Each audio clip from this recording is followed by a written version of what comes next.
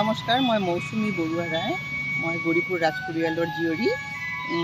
আৰু মোৰ জানা মতে এই প্ৰপাৰ্টিটো মহামায়া দেৱত্বৰ প্ৰপাৰ্টি আৰু মহামায়াৰ নিজস্ব প্ৰপাৰ্টি। তাতে যদি জনসাধাৰণৰ কাৰণে যে এই পাৰ্কটো চিলড্ৰেন পাৰ্কটো হৈছিল, এতিয়া যদি জনসাধাৰণৰ কাৰণে যদি কোনো মহামায়া পুখুৰীত বিউটিফিকেশ্যন হোৱাৰ যদি কাম হাতত লোৱা হৈছিল, তেতিয়া ইমান দিন কিয় পৰি আছে? এইটো কিহৰ কাৰণে পৰি আছে? মানে এতিয়া আপুনি চাব ভগ্নাৱশেষ না পাৰ্ক হৈছে, পাৰ্কো সম্পূৰ্ণ হোৱা নাই ভালকৈ।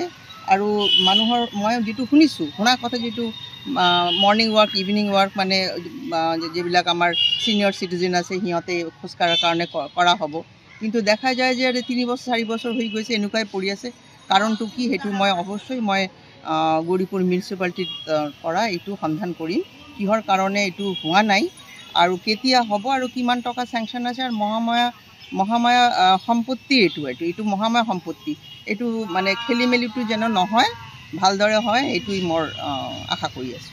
দেখা গৈছে যে আচলতে ইয়াতে এক্সিকিউশ্যন কৰিবৰ কাৰণে গৌৰীপুৰ মিউনিচিপালিটি বৰ্ডক দিয়া হৈছিল আৰু মিউনিচিপাল বৰ্ডটো ইয়াৰ লগতে কাষতে লাগি থকা এটা অফিচ, তথাপিও এক্সিকিউশ্যন কৰিব পৰা নাই। এই ক্ষেত্ৰত কিবা ৰহস্য লুকাই আছে নেকি?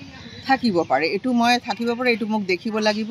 মানে মই কেইদিনমান এইটো চাই আছোঁ, এনেকৈ বেয়া কৰি মানে ধ্বংসাৱশেষৰ নিচিনা পৰি আছে আৰু পৰি থাকোঁতেতো আৰু বেয়া হৈ যাব। এইটো অলৰেডি বেয়া হৈ আছে আৰু বেয়াৰ মাজত পুখুৰীটো ভাঙি পৰিছিল, যিটো পাৰে অলপ কংক্ৰিট কৰিছিল সেইটো ভাঙি পৰিল, কেইদিনমান পিছতে সেইটো ভাঙি পৰিল। সেইকাৰণে কোনো দিগদাৰী হৈছে, কোনো অবজেকশ্যন হৈছে কি নহৈছে হোৱা নাই।